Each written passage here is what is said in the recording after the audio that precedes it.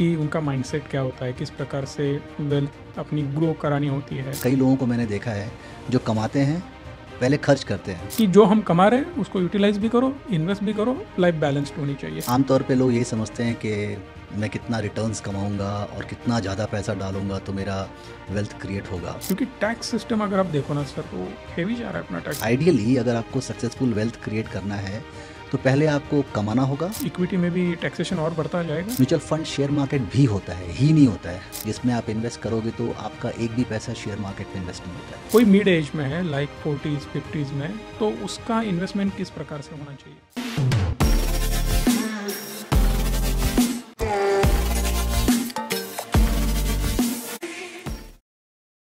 नमस्ते। आज ये जो पॉडकास्ट होने वाला है वो हिंदी में होने वाला है, बिकॉज हमारे साथ है नवेंदु जी, नवेंदु शेखर, जो हमारे साथ आगे बने रहेंगे regarding financial planning. So thanks for coming sir. Actually मैं आपसे ये पूछना चाहता हूँ कि पहले तो आप थोड़ा अपना इंट्रो दें, बाद में हम आगे बढ़ते हैं। बहुत सारी चीज़ें आपके साथ डिस्कस करनी है, वन बाय वन हम उसके ऊपर चलते हैं। So please over to Navendu ji. धन्यवाद संकेत भाई, ये मौका दिया आपने। मेरा नाम नवेंदु शेखर है और मैं टाटा एसेट मैनेजमेंट में as a head of training and development काम करता हूँ। एम्प्लॉय ट्रेनिंग, जो हमारे डिस्ट्रीब्यूटर्स हैं उनकी ट्रेनिंग, और कई सारे क्लाइंट इंटरेक्शन भी मैं करता हूँ। तो लोगों को financial planning, financial awareness, investment awareness वगैरह बताने का काम है मेरा। और आई ट्रैवल अक्रॉस इंडिया और कई सारे अवेयरनेस पे ही काम करता हूँ। इसके अलावा कई सारे हमारे जो पार्टनर्स हैं वो इंटरेक्ट करते हैं लोगों से, तो उनको थोड़ा ट्रेन करना कि कैसे फाइनेंशियल अवेयरनेस बढ़ाएं।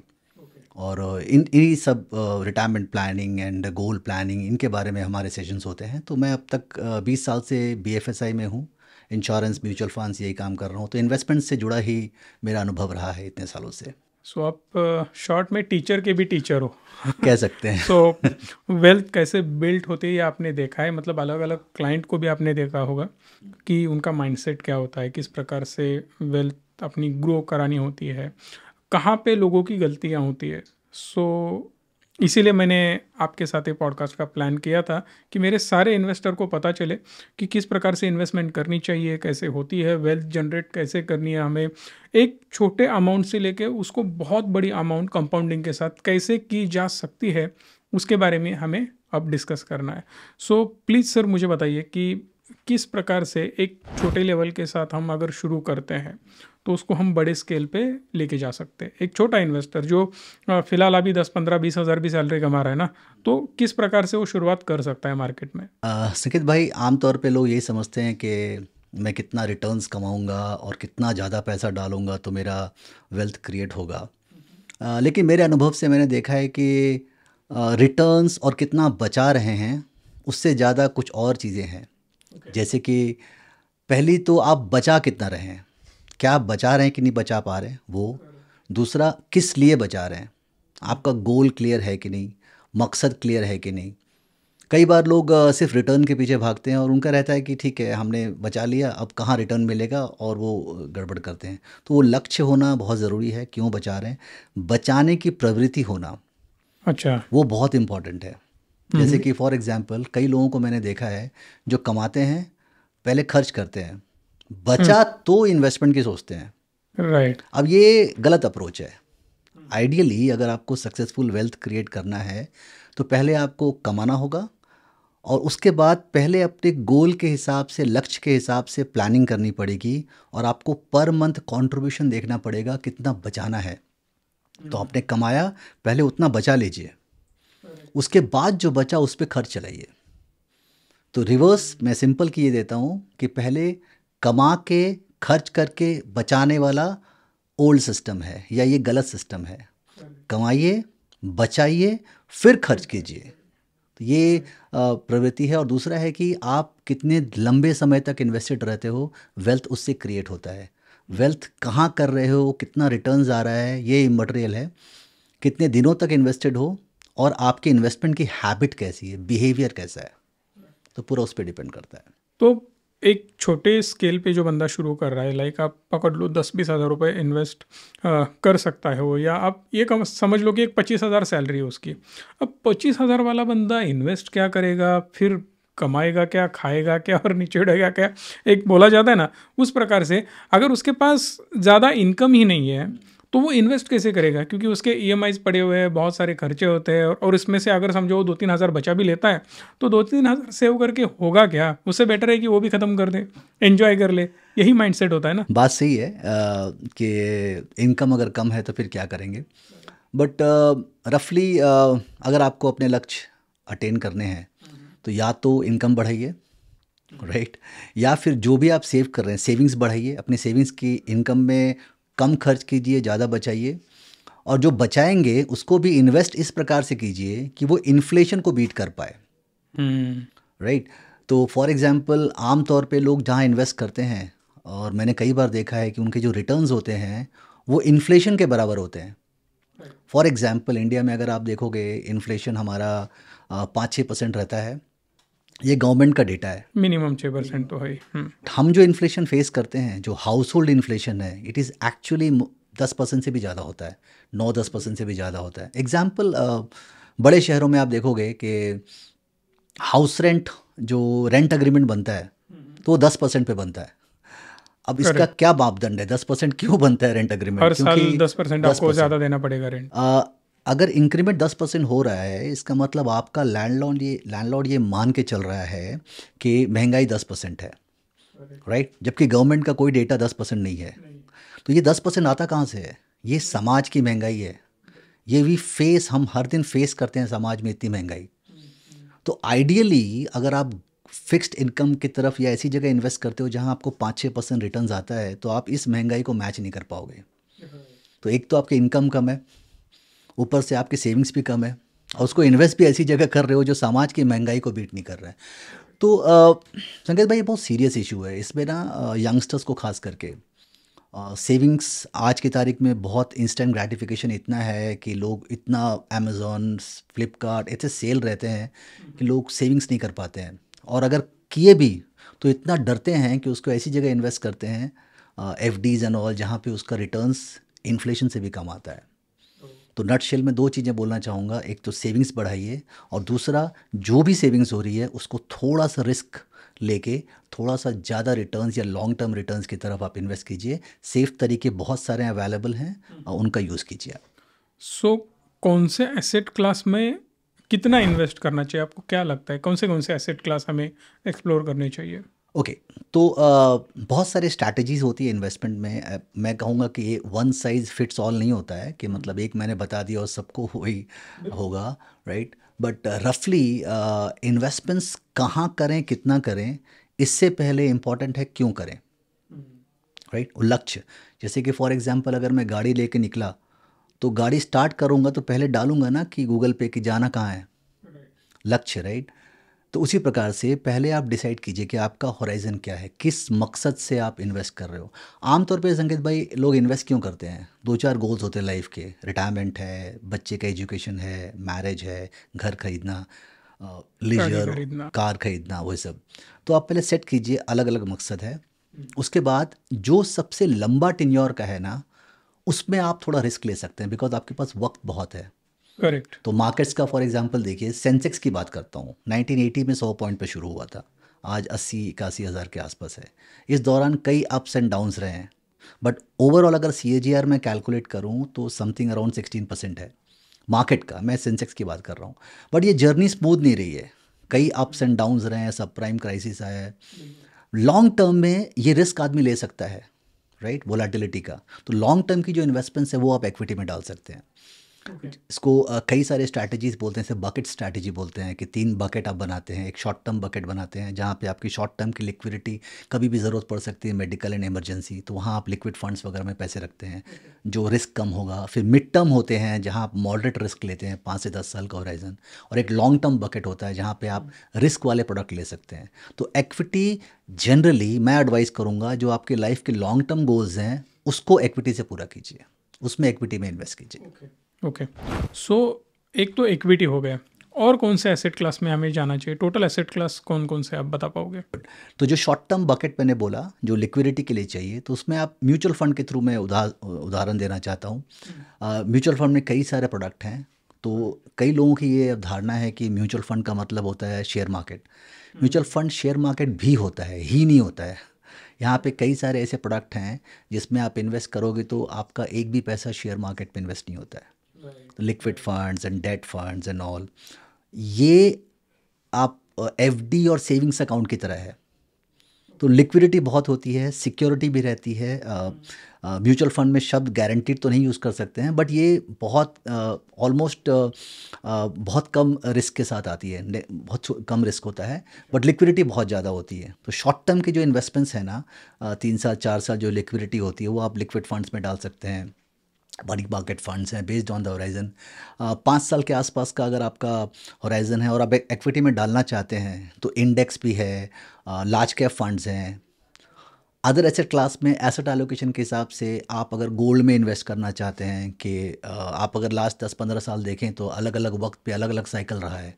कभी एफडी, कभी फिक्स्ड इनकम के रिटर्न्स अच्छे आए हैं, कभी इक्विटी ने नेगेटिव रिटर्न दिया है। लेकिन जब इक्विटी नेगेटिव रिटर्न देता है तो हमने देखा है कि गोल्ड के रिटर्न्स अच्छे होते हैं। तो आप एसेट एलोकेशन के हिसाब से थोड़ा सा गोल्ड में भी इन्वेस्ट कर सकते हैं। तो गोल्ड में इन्वेस्ट करने के भी फंड्स होते हैं, ईटीएफ्स होते हैं, वो भी एसेट क्लास अच्छा है। एज ए एसेट आप 20%, 15 से 20%, आई मीन हर किसी के गोल के हिसाब पे डिपेंड करता है, बट हम आम तौर पे 15 से 20% आप एसेट एलोकेशन गोल्ड में कर सकते हैं। तो लिक्विड हुआ, गोल्ड हुआ, डेट फंड्स हो गए। इंश्योरेंस आपको करना चाहिए, बट इंश्योरेंस में आपका जनरली आमतौर पे लोग इंश्योरेंस और इन्वेस्टमेंट को मिक्स कर देते इंश्योरेंस हैं। को हम इन्वेस्टमेंट से कंपेयर नहीं करेंगे, बिकॉज हाँ, अभी हम तो तो इन्वेस्टमेंट के प्लान्स देख रहे एग्जैक्टली, तो इंश्योरेंस अलग होता है, तो ओके। उसमें अपने इन्वेस्टमेंट के लिए आप और वहाँ कोई ना एसेट करें। क्लास, रियल एस्टेट भी हो गया आपका? रियल एस्टेट है, बट अगेन वो डिपेंड करता है कि बहुत सारे फैक्टर्स उसमें होते हैं। आपका होराइजन क्या है, अगर लॉन्ग टर्म होराइजन है, कैपिटल इन्वेस्टमेंट ज़्यादा लगता है रियल बजट एस्टेट भी होना में। चाहिए ना उतना वही आपका। तो, बड़ा कैपिटल लगता है तो बजट चाहिए आपको। दूसरा है कि एक आप घर आप रहने के लिए चलो आप लेते हो, लोन वोन लेते हो, ठीक है, वो आपको टैक्स बेनिफिट मिलता है अगर आप नौकरी में हैं। लेकिन अगर आप एज अ प्रॉपर्टी दूसरी तीसरी एसेट लेते हैं तो वहाँ भी कई सारे चैलेंजेस आते हैं। तो ये अलग अलग एसेट क्लास है, बट छोटे इन्वेस्टर्स को मैं कहूँगा कि सबसे आसान तरीका है म्यूचुअल फंड्स। इसमें भी बहुत प्रकार के आप एडवाइज़र से मिलिए, बहुत प्रकार के फंड्स हैं, short term, long term, medium term, उसी हिसाब से। ओके, तो एक एक एसेट क्लास से हम आगे बढ़ते हैं। थोड़ा हमने रियल एस्टेट को टच किया ही है, तो उसको ही कंप्लीट करते हैं। क्या लगता है आपको, रियल एस्टेट की तरफ एक लेमैन ने जाना चाहिए या अवॉइड करना चाहिए सीधा? देखिए, रियल एस्टेट बड़ा ही कॉम्प्लेक्स केस है। जैसे आप कई लोगों से मिलोगे, हमें हमें वो केसेस सुनाई देता है जो लोग कहते हैं कि मैंने उतने में 1 करोड़ में लिया था, उसकी वैल्यू 2 करोड़, 3 करोड़ है, 4 करोड़ है। अब जिनका वैल्यू नहीं बढ़ता है वो हमको आके कभी बताते नहीं हैं, तो हमारे कान तक वो बात पहुंचती नहीं है। कई लोग ऐसे भी हैं जिन्होंने जितना में लिया था 5 साल बाद उससे कम में बेचा। और रियल एस्टेट के बारे में कहते हैं कि खरीदने जाओ तो मिलता नहीं, बेचने जाओ तो बिकता नहीं है। और सही प्राइसिंग मिलेगी इसकी भी गारंटी नहीं है, क्योंकि रियल एस्टेट में 2 प्रकार के प्राइसेस चलते हैं। एक होता है assume price, word of mouth, जो लोग कहते हैं कि मैंने 1 करोड़ में लिया था, उसकी वैल्यू 1.5 करोड़, 2 करोड़ 3 साल में। और एक होता है जिस पे एक्चुअल ट्रांजैक्शन होता है। तो दोनों में डिफरेंस देखा गया है कि जो कहता है 1.5 करोड़ वैल्यू है, वो बेचता 1 करोड़ में, वो है। दूसरा, उसमें इन्वेस्टमेंट्स ज़्यादा लगता है, राइट, लिक्विडिटी नहीं होती है। और आम तौर पे अगर आप देखा जाए तो मुंबई में, इनफैक्ट पूरे इंडिया में, बट मुंबई का मैं डेटा आपको बता सकता हूँ, मुंबई में मैं रहता हूँ, 1.5 से 2.5% का रेंटल यील्ड आता है। तो आप किसी भी एरिया में रहिए, मैक्सिमम आपको रेंट मिलेगा तो 2.5% मिलेगा, बट उसके अलावा भी बहुत सारे चैलेंजेस हैं, जैसे कि मेंटेनेंस हैं, सोसाइटी के वगैरह वगैरह।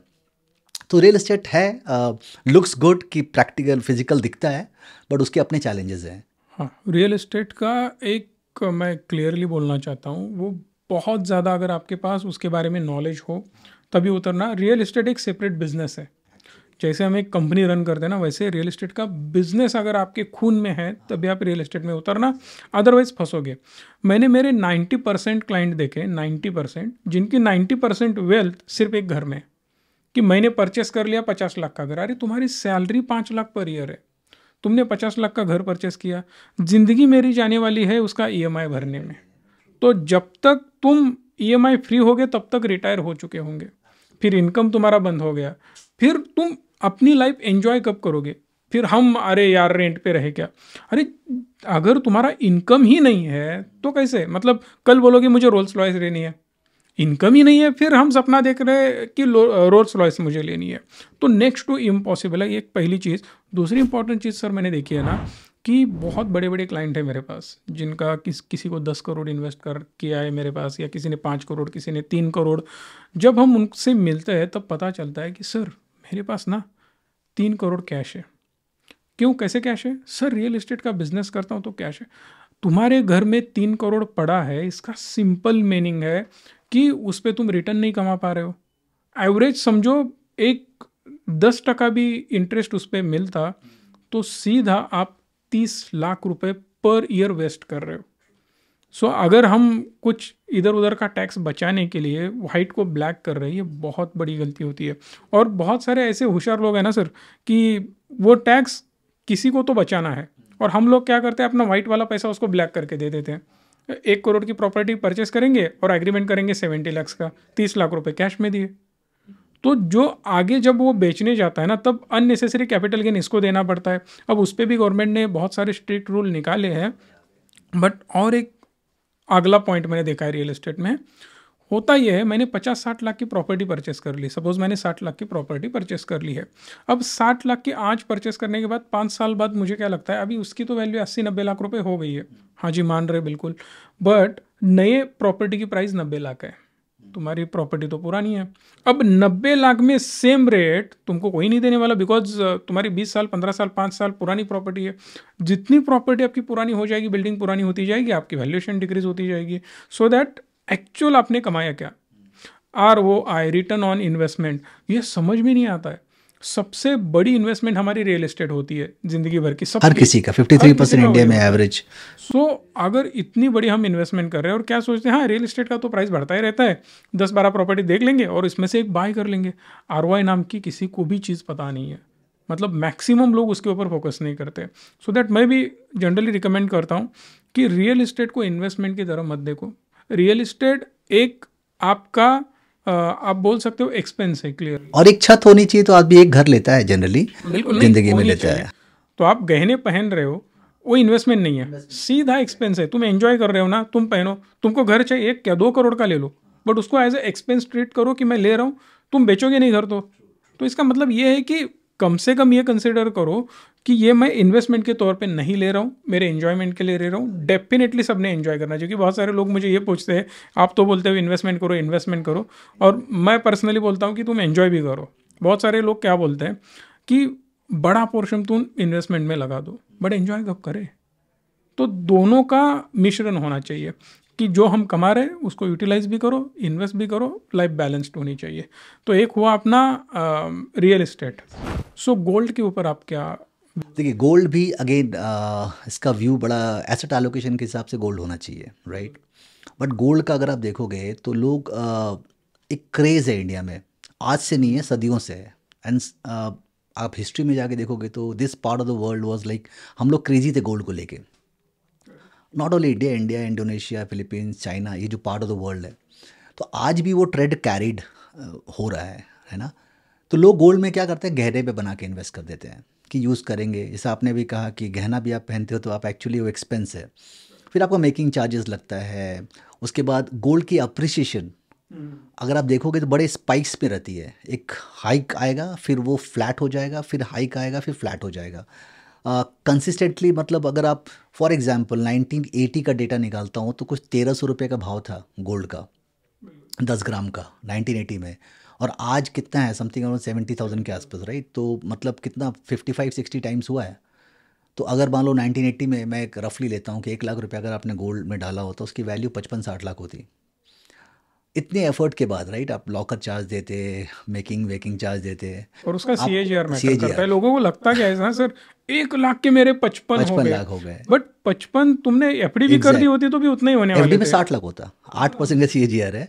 लेकिन आपको बता रहा हूँ कि FD में भी आप हर 5 साल में री इन्वेस्ट करते, गोल्ड में भी आप इतने साल रखते, इतना एफर्ट लगता आपका। अगर आप कोई एफर्ट नहीं लेते, सिर्फ सेंसेक्स भी उस समय अगर इन्वेस्ट किए होते ना 100 पॉइंट पे था तो आज 8 करोड़ होता। वाह, मतलब 55 लाख का सीधा 8 करोड़, 1 लाख का 8 करोड़। हाँ, अब वो कैसे करते, it's debatable, right, that's a different thing.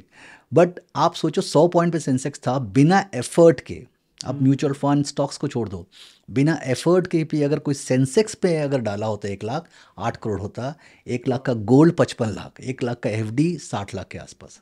But लोगों ने सेंसेक्स में पैसा नहीं बनाया बिकॉज ऑफ द क्रेज दिव seen gold and FDs. In fact मैं आपको संगीत भाई बताऊंगा कि आप निकाल लीजिए 40 साल पुराना कोई प्रॉपर्टी, उसके रिटर्न्स देख लीजिए, आप CAGR पे देखिए, एक्सेल पे बैठ के देखिए, तो आपको उतना अट्रैक्टिव नहीं लगेगा जितना वर्ड ऑफ माउथ में लगता है कि हमने इतना में लिए थे, इतनी वैल्यू हो गई है। एक्सेल पे बैठिए तो बहुत कम है। अभी भी सर बहुत सारे लोगों को CAGR समझ में नहीं आता है। उनको सिंपल इतना ही है कि 1 लाख का 50 लाख हुआ, अरे तो हर साल की ग्रोथ कितनी हुई, 5%, 7%, 10%, वो कैलकुलेट नहीं कर पाते हैं। और अभी गोल्ड का जो है ना सर, मैंने रिसेंटली कुछ मेरी बीवी के लिए भी हम गहने लेने के लिए गए थे, 40% मेकिंग चार्जेस, 30% तनिष्क में जाओगे तो बहुत ही ज़्यादा है। हाँ, आपकी कंपनी है टाटा ग्रुप की तो जब मैंने वो देखा ना मेकिंग चार्जेस, तो मैंने समझ लिया कि अब मुझे गोल्ड परचेस नहीं करना है, गोल्ड की बिक्री करने वाली कंपनी परचेस करनी है। क्योंकि अगर मुझे पैसा बनाना है ना, तो पहले मुझे वो कंपनी को परचेस करना पड़ेगा। 30% सर मेकिंग चार्जेस। तो संकेत भाई, इसमें ऑब्जेक्टिव क्या है वो बहुत इंपॉर्टेंट है। अगर आपका गोल्ड में इन्वेस्ट करना ऑब्जेक्टिव है तो you are right, making charges इतना क्यों दें। और अगर गोल्ड ही खरीदना है आपको एसेट एलोकेशन के हिसाब से, तो गोल्ड फंड्स है ना, ETFs गोल्ड हैं, गोल्ड के म्यूचुअल फंड्स हैं, उसमें इन्वेस्ट कर दीजिए। जो आपके चार्जेस हैं ग्रो करेगा, जब आपको ज़रूरत होगी उस समय के स्टाइल से बनाइएगा गहने निकाल के। सेल बटन पे क्लिक किया, सेल हो गया, बाय किया, बाय हो गया। टेंशन नहीं है, लॉकर का टेंशन नहीं है, 1000 टाइप के GST टैक्सेस, ये वो कुछ भी नहीं है, रिस्क नहीं है। डेटा के हिसाब से वर्ल्ड का majority of the gold is held by Indian house hold, तो वो भी एक फैक्टर है। और वो कुछ GDP में कंट्रीब्यूट भी नहीं करता है, ऐसे ही पड़ा हुआ है, आइडल पड़ा हुआ है, कोई उसका यूज़ है भी नहीं। उसके आगे चलते सर, मतलब आप बोल रहे हो कि गोल्ड में थोड़ा इन्वेस्टमेंट तो होना चाहिए। एसेट क्लास ऐसा नहीं है कि हम 2-4 बार म्यूचुअल फंड बोले इसका मतलब सारा पैसा म्यूचुअल फंड में डाल दो या स्टॉक में डाल दो। गोल्ड में थोड़ा एलोकेशन होना चाहिए, बट ये एलोकेशन आपका एज, आपके गोल और सारी चीज़ें देख के हम डिस्कस करेंगे, राइट। संकेत भाई, कई लोगों को ये भी नहीं पता है कि गोल्ड के म्यूचुअल फंड्स भी होते हैं। म्यूचुअल फंड के थ्रू भी आप गोल्ड में इन्वेस्ट कर सकते हैं, कई लोगों को ये नहीं पता है। बिल्कुल, ऑलरेडी हमने एक म्यूचुअल फंड सजेस्ट किया था लोगों को, अब उसके बारे में हम डिस्कस नहीं करेंगे, बट एक छोटा पोर्शन हमने वो भी एलोकेट किया है बहुत सारे लोगों के लिए गोल्ड में। उसके बाद में आता है डेट फंड्स। क्या लगता है आपको? देखिए, डेट फंड अगेन मैंने कहा कि जो इंडिया का पैटर्न है इन्वेस्टमेंट का, साइकोलॉजी है, लोग क्या करते हैं जो बहुत गलत है, लोग शॉर्ट टर्म के लिए इक्विटी लेते हैं, लॉन्ग टर्म के लिए डेट लेते हैं। लोगों को लगता है कि लॉन्ग टर्म करना है तो PPF FDs एंड ऑल करते हैं, और शॉर्ट टर्म 1 साल 2 साल के लिए शेयर मार्केट में डाल दो, पैसा बन जाएगा। ये उल्टा होना चाहिए। लॉन्ग टर्म जो इन्वेस्टमेंट्स है ना, वो इक्विटी में होना चाहिए कि कल को मार्केट वोलेटिलिटी हुई तो इक्विटी में पैसा बनेगा, डेफिनेटली बनेगा, बट वो रिकवर करने के लिए आपको टाइम चाहिए अगर कुछ हुआ तो अगर आपने टाइम नहीं दिया तो इक्विटी में पैसा नहीं बनेगा। डेट में वोलेटिलिटी नहीं के बराबर होती है, इसीलिए शॉर्ट टर्म रिक्वायरमेंट जब आपको है, लिक्विडिटी चाहिए, आपको कभी भी ज़रूरत पड़ सकता है पैसा, वो पैसा डेट फंड में डालिए। डेट फंड में भी डिफरेंट काइंड्स ऑफ फंड्स हैं, लिक्विड फंड है, ओवरनाइट फंड है, मनी मार्केट फंड है। 1 से 3 साल के होराइजन में वो फंड आप एडवाइज़र से मिलिए, वो आपको गाइड करेंगे। बट अगर आपको लिक्विड जो सेविंग्स अकाउंट में पैसा रखते हैं ना, वो पैसा भी अगर आपने लिक्विड फंड या ओवरनाइट फंड में डाला तो सेविंग्स अकाउंट के बराबर या उससे ज़्यादा भी हल्का रिटर्न मिल सकता है। लिक्विडिटी होती है, आपको जब ज़रूरत पड़े। चलो, मैं बोल रहा हूँ तुम्हारे पास 1000 रुपये डाल दो, हाँ, 100 रुपये भी कमा लिए ना, कुछ ना कुछ कमा लिए, इधर पड़ा ही था पैसा, उससे बेटर है कि कुछ ना कुछ अकाउंट में एक्स्ट्रा आ गया। अच्छा, एक्स्ट्रा एफर्ट्स आपने कुछ भी नहीं लिए। अब मेरे बहुत सारे क्लाइंट है सर, मैं एक एग्जांपल देता हूँ डेट फंड का आपको। मैक्सिमम लोग उसके अगेंस्ट ही है, ओके, कि सर इतने से पैसे से क्या होगा। मैं आपको एक एग्जांपल देता हूँ। बहुत सारे बिजनेसमैन्स को हम मैनेज करते हैं। MIDC होती है हमारे यहाँ, जो इंडस्ट्रियल एरिया है, वहाँ में बहुत सारी कंपनियाँ होती है। अब 100 करोड़ का कोई बिज़नेस कर रहा है, कोई 200 करोड़ का कर रहा है, कोई 1000 करोड़ का कर रहा है। अगर इतना बड़ा वो बिज़नेस कर रहा है ना, तो उसके अकाउंट में पैसा होना बहुत ज़्यादा ज़रूरी है, क्योंकि डेली का कैश फ्लो उसको मैनेज करना है, कुछ परचेस करना है, कुछ करना है। तो इन कंपनियों के पास ऑलमोस्ट 20 करोड़, 30 करोड़, 50 करोड़, 15 करोड़, 5 करोड़ उनके अकाउंट में पड़े रहते हैं, करंट अकाउंट्स में। कोई फ़ायदा नहीं है। अब मंडे को ऑफ होता है उनका, हमारे यहाँ MIDC मंडे को ऑफ होती है। हर जगह पे ना अलग अलग डेज होते हैं उनके, उस डे को ऑफ होता है।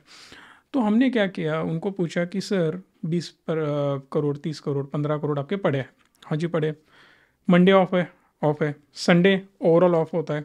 सैटरडे संडे आप परचेस ही नहीं कर सकते क्योंकि सारे कॉर्पोरेट्स बंद होते हैं। सो सैटरडे, संडे और मंडे 3 दिन आपका पैसा आइडल पड़ा है, एक काम करो, अकाउंटेंट को सैलरी दे रहे हो, उसको एक काम पे लगा दो कि फ्राइडे को मेरा लिक्विड फंड में जाना चाहिए, ट्यूसडे को अकाउंट पे आना चाहिए, ये सिर्फ करवा लो। 30-40 करोड़ पे उन्होंने सर वो किया था। अब उन्होंने रिटर्न्स देके उनके स्टाफ की सैलरी निकल ली जा रही थी उसमें से, तो जो पैसा पड़ा हुआ था पूरी अकाउंट टीम की और ऑफिस की सैलरी निकली जा रही है उसमें से। तो एक सिंपल चीज़ की उसने, 5 मिनट का काम था, वीकली 5 मिनट देना है वीकेंड पार्किंग कहते हैं इसको, बस। तो उससे एक बहुत खरीदना और तगड़ी बेचना वेल्थ एक उन्होंने घंटे के जनरेट अंदर में। करी। सो वो लोग समझ नहीं पाते। और दूसरा, हमारा ऑडियंस भी रिलेट करेगा, सबने एक मुझे कमेंट करके बताना है कि जो आपने एफडीज करी है वो कितने ड्यूरेशन में करी है, मतलब 5 साल से, 7 साल से या 10 साल से, और जब आपने इक्विटी परचेस करी वो कितने टाइम के लिए होल्ड करी। तो ऑटोमेटिकली आंसर मिल जाएगा। मतलब दूसरा किसी की तरफ बोर्ड दिखाने की ज़रूरत नहीं है, दूसरे किसी की तरफ उंगली दिखाने की बिल्कुल ज़रूरत नहीं है। सिंपली एक आंसर दो कि मैंने इक्विटी कितना टाइम होल्ड करी और एफडी कितना टाइम होल्ड करी। मैक्सिमम लोग 10-10, 20-20 साल से एफडी में इन्वेस्टेड है, और इक्विटी 6 महीना होल्ड करी नहीं जाती है, बहुत ज़्यादा 6 महीना भी, अदरवाइज 2-4 दिन में इधर उधर दिखाना सेल करने के लिए रेडी होता है। इनफैक्ट वॉरेन बफे का इंटरव्यू देख रहा था, 90 ईयर्स की एज में, उनसे कहा था आप कितने साल के लिए इन्वेस्ट करते हो, तो कहा मैं 30 ईयर्स के लिए इन्वेस्ट करता हूँ, लॉन्ग टर्म, राइट। और 30 साल का बंदा से पूछो कितने साल के लिए इन्वेस्ट करते हो, कहता है 90 दिन के लिए। बिल्कुल। हमारे पास क्लाइंट आता है सर, एक्सपेक्टेशन एक्सट्रीम होते हैं कि सर क्या आपके एक्सपेक्टेशन क्या है, गोल क्या होता है। जब भी हमारे प्लेटफॉर्म पे रिचमी पे आते हैं ना लोग, तो हम ये पूछते हैं कि आप सर कहाँ इन्वेस्ट करना चाहते हो, आपकी टेस्ट क्या है, किस प्रकार के रिटर्न आप एक्सपेक्ट करते हो, आप अपने फोलियो को कहाँ देखते हो, कितने सालों में देखते हो, और रिटर्न्स का एक्सपेक्टेशन क्या है। सर 2 साल में डबल हुआ तो भी इनफ है, 1.5 साल में डबल हुआ तो भी इनफ है। मतलब इस लेवल पे अपने एक्सपेक्टेशन अब जा चुके हैं कि जो अभी 1-2 साल में रैली देखी ना मार्केट ने, तो सबको लग रहा है कि ईजी है, ऐसे ही पैसा डाल दिया डबल हो गया। तो इस थॉट प्रोसेस से अभी लोग जा रहे हैं। सो दैट डेट में कितना एलोकेशन होना चाहिए या होना नहीं चाहिए, आपको क्या लग रहा है? नहीं, इसमें परसेंटेज में नहीं बता पाऊंगा मैं, बट मैं आइडियली बता सकता हूँ कि होराइजन जो 3-4 साल में आपको लिक्विडिटी आ सकती है, पैसे की ज़रूरत पड़ सकती है। कैलकुलेट कीजिए कितने की लिक्विडिटी ज़रूरत पड़ सकती है आपको। इमरजेंसी फॉर एग्जांपल हेल्थ के लिए ज़रूरत पड़ सकती है, किसी बच्चे का एडमिशन लेना है, या कुछ फैमिली इमरजेंसी आ सकती है। तो ये आप कैलकुलेट कीजिए अलग अलग हेड से, और आपको जो अमाउंट आएगा वो अमाउंट आप रखिए डेट में। हाँ, भगवान करे किसी पे नौबत ये ना आए, बट कोई बट फिर भी इमरजेंसी घर लिक्विडिटी में के लिए रखिए होना पैसे। ही चाहिए। मतलब इमरजेंसी फंड ये होना चाहिए। एफडी को किस तरीके से देखते हो आप? एफडी मैं डिस्करेज करता हूँ लोगों को एफडी में इन्वेस्ट करने से। मेरा क्या मानना है कि देखिए, मैं हार्डकोर म्यूचुअल फंड का आदमी हूँ, इक्विटी का आदमी हूँ, बट हाँ, इक्विटी में टर्म्स एंड कंडीशंस है कि थोड़ा सा लॉन्ग टर्म होराइजन से कीजिए। बट मेरा एक व्यू है कि आप अगर मान लो एज अ कंज्यूमर कोई कहता है, मान लो मारुति कंपनी को मैं कहता हूँ कि मारुति मुझे कार चाहिए, तो कोई भी बिजनेस हाउस जेब से पैसे नहीं लगाती है, वो बैंक से लोन लेगी। अब बैंक से जो लोन लेती है, बैंक उसको जब लोन देते हैं तो बैंक कौन सा पैसा लोन देते हैं, ये एफडी वाला पैसा। तो मैं अगर बैंक को पैसे देता हूँ 7% पे, तो बैंक जाहिर सी बात है अगर मुझे 7% पे वापस करना है तो वो इन्हीं को 10-12% पे देगी। अब मैं सिर्फ सोचता हूँ कि जो कंपनीज़ हैं अगर ये 10-12% पे बोरो कर रही हैं तो खुद कितना कमा रही होंगी। मैंने एग्जाम्पल के लिए मेरे एक स्टॉक का नाम लिया, but I am not recommending any stock, but example कोई भी कंपनी हो सकती है। अब वो कंपनी 10-12 साल तक अगर कंसिस्टेंटली 10-12% पे बोरो कर रही है तो 10-12 साल तक उसका रिटर्न्स जो है ना इससे ज़्यादा होगा। तो मैं डायरेक्टली उनमें इन्वेस्ट करता हूँ। अब कैसे कौन सी कंपनी में करना, ये एक्सपर्टीज़ मेरे पास है नहीं, तो मैं उसमें फ़ंड मैनेजर की एक्सपर्टीज यूज़ करता हूँ, म्यूचुअल फ़ंड की यूज़ करता हूँ, डाइवर्सिफाई करता हूँ कि एक स्टॉक की बजाय डाइवर्सिफाई करता हूँ कई सारे स्टॉक्स में जो म्यूचुअल फ़ंड करता है। तो इसीलिए मैं एफडी वाला रास्ता की सरपास करके, और एफडी करते भी लोग कितने दिन के लिए, 1 साल के लिए, 1.5 साल के लिए करते हैं। टैक्स भी लगता है अगर आपका इसको भी मैं अलग तरीके से देखता हूँ कि अगर पेपर में ऐड देखते हो आप, कार का ऐड देखते हो कि 14 लाख की कार है, तो हम मान के चलते हैं कि ऑन रोड प्राइस 16 लाख पड़ेगा, 2-3 लाख जोड़ देते हैं। लेकिन जब एफडी का एसबीआई देता है एडवर्टीजमेंट के 7% का आपका रेट ऑफ इंटरेस्ट है, तो वो एक्स शोरूम है ना, करेक्ट। ऑन रोड तो उसमें टैक्स कटेगा। तो अगर मैं 30%, आजकल 30% टैक्स ब्रैकेट में हर कोई है, तो 7 का अगर 30% निकल गया तो 4.9 आ रहा है, वो मेरा ऑन रोड प्राइस 4.9 है, जो कि इन्फ्लेशन भी बीट नहीं करता है। तो इसीलिए मेरा थोड़ा एफडी को लेके नज़रिया ऐसा है कि डायरेक्टली स्टॉक आप मतलब स्टॉक का रास्ता लीजिए, म्यूचुअल फंड के थ्रू इक्विटी का रास्ता लीजिए, या फिर अगर शॉर्ट टर्म ही रखना है आपको तो go for date funds and all ना। और आप विड्रॉ करो एफडी ना करो, आपको हर साल टैक्स तो देना ही पड़ेगा। मतलब आपने 10 साल की एफडी कर ली है, बट 10 साल के बाद आपको टैक्स नहीं देना है, हर साल आपको देना है। बट डेट जब तक बेचोगे नहीं तब तक देने की ज़रूरत नहीं है। इक्विटी जब तक, म्यूचुअल फंड जब तक बेचोगे नहीं तब तक देने की टैक्स ज़रूरत नहीं है। ये थोड़ा लोगों को समझ में आना चाहिए, इसीलिए अदरवाइज मैंने लोग क्या कहा कि बोलेंगे एक कि शोरूम ऑफ और हाँ। ऑन रोड प्राइस का जो डिफरेंस है ना, लोगों को समझना चाहिए कि एवरी ईयर आपका रेट 4.9 पड़ रहा है।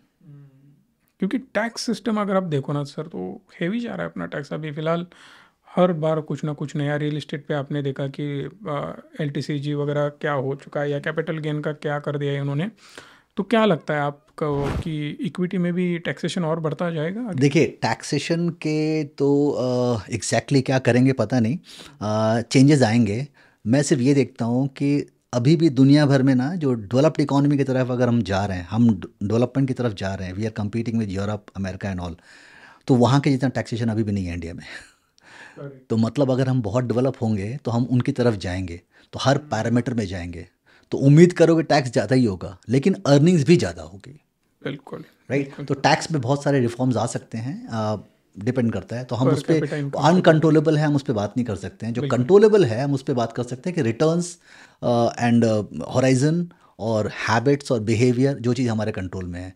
होता क्या है कि हमारे कंट्रोल में मैक्रो फैक्टर्स नहीं होते हैं, हमारे कंट्रोल में इन्फ्लेशन नहीं होता है, रिटर्न्स नहीं होता है, कल क्या होगा नहीं होता है, बट हर कोई इसकी बातें करता है। बिल्कुल। जो हमारे कंट्रोल में है, हमारा बिहेवियर, हमारा एसेट एलोकेशन, हमारा टाइम होराइजन, हम कितना रिस्क ले सकते हैं, इन बातों पे बात करनी चाहिए। और हर यंगस्टर्स को खास करके देखा हूँ, ये इसकी बात ही नहीं करते हैं, वो अनकंट्रोलेबल की बातें करते हैं। तो I focus on more on controllables. Right. तो अभी फ़िलहाल समझो 30% टैक्स है, राइट। इक्विटी में हम 12.5 दे रहे हैं, तो बढ़ेगा बढ़ेगा 30% हो जाएगा, और क्या होने वाला है। फिर भी वो अदर एसेट क्लास से बहुत अच्छा रिटर्न तो दे रहा है। मतलब अगर मैं 20,000 कमा के 30% टैक्स दे रहा हूँ, और 10,000 कमा के भी 30% टैक्स दे रहा हूँ, उससे बेटर है कि मैं 20,000 पे 30% दूँ। सो इक्विटी को लोग यही डरते हैं कि अरे यार ये टैक्स बढ़ जाएगा। कोई दिक्कत नहीं है, बढ़ने दो, 30% तक जाने दो, मुझे कहाँ फ़र्क पड़ने वाला है। और दूसरी इंपॉर्टेंट चीज़ क्या है, हमारा पर कैपिटा इनकम भी बढ़ रहा है, अभी 2600 है ही। अगर डेवलप्ड कंट्री का देखो तो 30,000, 40,000, 25,000 डॉलर पे है वो। सो दैट हम और ज़्यादा जैसे इवॉल्व होते जाएंगे, वैसे ही अपना टैक्स हमें वो इतना ज़्यादा दिखेगा नहीं। हाँ, चुभने तो वाला है ही, क्योंकि जेब से जाता है सबको दर्द वो रहेगा, बट ठीक है, है, वो तो टैक्स देना ही पड़ेगा। रिफॉर्म्स और जो है रहेंगे, वो हाँ, है, या वो अपने रहेंगे, हाथ में नहीं है, वो कंट्रोल में नहीं बट है। डेवलपमेंट आएगा, सब कुछ ठीक चलता रहेगा। थोड़े बहुत चेंजेस आते रहते हैं, और हमेशा हर चेंजेस पे हम अनकंफर्टेबल होते हैं, बट वी एडजस्ट। राइट, तो हो जाएगा। राइट। सो अगर कोई मिड एज में है, लाइक 40s 50s में, तो उसका इन्वेस्टमेंट किस प्रकार से होना चाहिए? अगेन 40s, तो ये कोई थंब रूल नहीं है। अगेन 40s 50s में बंदा अनमैरिड हो सकता है, विदाउट किड्स हो सकता है, या फिर विद किड्स हो सकता है, विद मॉम डैड की रिस्पॉन्सिबिलिटी हो सकती है। अगेन आपको बैठना पड़ेगा एडवाइज़र के साथ में, बट हाँ, अगर 50s क्रॉस कर गया है तो वो कंसोलिडेशन का फेस होता है कि अब आपके पास ज़्यादा वक्त है नहीं, थोड़ा सा गार्डियन कहते हैं उनको। अगर हम BB&K कॉन्सेप्ट होता है, जहाँ पे हम क्लाइंट को सेग्रीगेट करते हैं अलग अलग कैटेगरी में, तो ये कैटेगरी थोड़ा गार्डियन होता है, जहाँ पे आप केयरफुल भी होते हो, आप बहुत एनालिसिस करते हो, और थोड़ा डिफेंसिव भी होते हो। यहाँ पे आप रिस्क टेकिंग एपिटाइट आमतौर पे कम हो जाती है, और बिकॉज आपके पास कमाने के समय कम बचे हैं, और लॉन्जिटिविटी बढ़ रही है, आप लोग लंबा जी रहे हैं, तो आपको उसमें पूरा प्लान करना है, आपने कितना बचाया है, उसको किस प्रकार से इन्वेस्ट करना है, कैसे उसकी सेग्रीगेशन करना है, कैसे एसेट एलोकेशन करना है, उस पर ज़्यादा फोकस करते हो 50 के बाद। अर्ली 40s वाले के पास अभी भी थोड़ा वक्त है, तो उनको वापस से कैलकुलेशन करना चाहिए कि क्या उनको कितना कॉर्पस चाहिए, कितना रास्ते में कहाँ तक पड़े हैं, उनको स्पीड बढ़ानी है, मतलब थोड़ा रिस्क लेना है, नहीं लेना है। प्रॉबली अभी भी रिटायरमेंट में उनका 15 साल है, तो 15 ईयर्स का जो रिटायरमेंट का सेविंग्स है उसमें वो रिस्क बढ़ा सकते हैं। Maybe they can go for some risk, अगर उनका नहीं हुआ है, या if they have earned good amount तो उसको कंसोलिडेट कर सकते हैं, थोड़ा डिफेंसिव हो सकते हैं। तो वो एसेट एलोकेशन का समय आ जाएगा आपका। बट अगेन 40 अर्ली 40s वालों को फिर भी टाइम है, बट लेट 45 के बाद ना, लेट 40s में से ना कंसोलिडेशन फेज शुरू हो जाता है, बिकॉज आपके बच्चे बड़े हो रहे हैं, उनके एजुकेशन के लिए आपको प्लान करना है, कई सारे गोल्स हैं, आपको रेगुलर बेसिस पे ACR कहते हैं हम एडवाइज़र के टर्म में, एनुअल क्लाइंट रिव्यू। तो आपको अपने एडवाइज़र के साथ बैठना पड़ेगा, रिव्यू करना पड़ेगा। कई सारे चेंजेस होते हैं आपकी लाइफ में, जॉब चेंजेस होते हैं, बच्चे का एजुकेशन के लोन्स, बच्चा सोचता है इंजीनियरिंग करेगा, वो एग्ज़ाम कुछ और क्लिक करता है, उसको फ़ीस आपने प्लान किया था 1 करोड़ का, उसको 1.5 करोड़ की ज़रूरत पड़ जाती है। बहुत डायनेमिक होता है ये फेज़, तो आपको कई बार बैठना पड़ेगा अपने एडवाइज़र के साथ में। यू विल हैव तो टू बी इसमें अलर्ट। एडवाइज़र ज़रूरी है। बहुत ज़रूरी है ये फेज़ में खास करके, बिकॉज अच्छा। यहाँ पे ना you can't afford the mistake. मान लो 20-25 में क्या होता है कि जैसे फॉर एग्जांपल हम यंग हैं, अगर 20-21 साल के जिम जाते हैं ना, तो गलत कर भी दिए तो हमारे पास वक्त है, ठीक है। बट 45 साल का आदमी, 50 साल का आदमी अगर गलत एक्सरसाइज कर दिया तो उसकी जो बोन्स में प्रॉब्लम आएंगे लाइफ लॉन्ग रह जाएंगे। वो इसलिए परमानेंट उस रहेगा। एज में हम कहते हैं कि इंस्ट्रक्टर ज़रूरी है। करेक्ट वैसे है। ही, और मैं जिम के एनालॉजी हमेशा लेता हूँ कि अगर आप एक्सरसाइज करने जाते हो तो कौन सा इंस्ट्रक्टर है आपका, कैसा जिम है, उससे ज़्यादा ज़्यादा सॉरी, आप कितना फ़ीस दे रहे हो, कैसा एम्बियंस है, और कितना आपको नॉलेज है, आपके इंस्ट्रक्टर को कितना नॉलेज है, उससे ज़्यादा इम्पॉर्टेंट है कि आप रेगुलर जा रहे हो, आप ढंग से कर रहे हो, इंस्ट्रक्टर आपको गाइड कर रहा है कि नहीं, करेक्ट एडवाइस दे रहा है करेक्ट कि नहीं, करेक्ट। वो ज़रूरी है। तो ये वाला फेज़ वो है 40s में। बिल्कुल। तो हाँ, मतलब बार बार हम भी वही बोलते हैं कि पहले एक काम करो ना, कि तुम्हारा कंप्लीट फाइनेंशियल प्लानिंग करवा लो। बहुत सारे लोगों को लगता है कि मैंने जो किया है वो परफेक्ट है, बट वो कभी भी परफेक्ट नहीं होता है। अब उसमें कोई ज़्यादा बड़ा खर्चा भी नहीं है, एक बार ट्राई तो करके देख लो।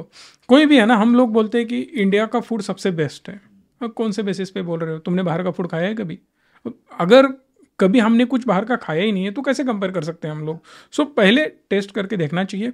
हर एक एसेट क्लास में आपकी इन्वेस्टमेंट होनी चाहिए। एक बार डेट ट्राई करो, एक बार इक्विटी ट्राई करो, म्यूचुअल फंड में डालो, एफडीज करो।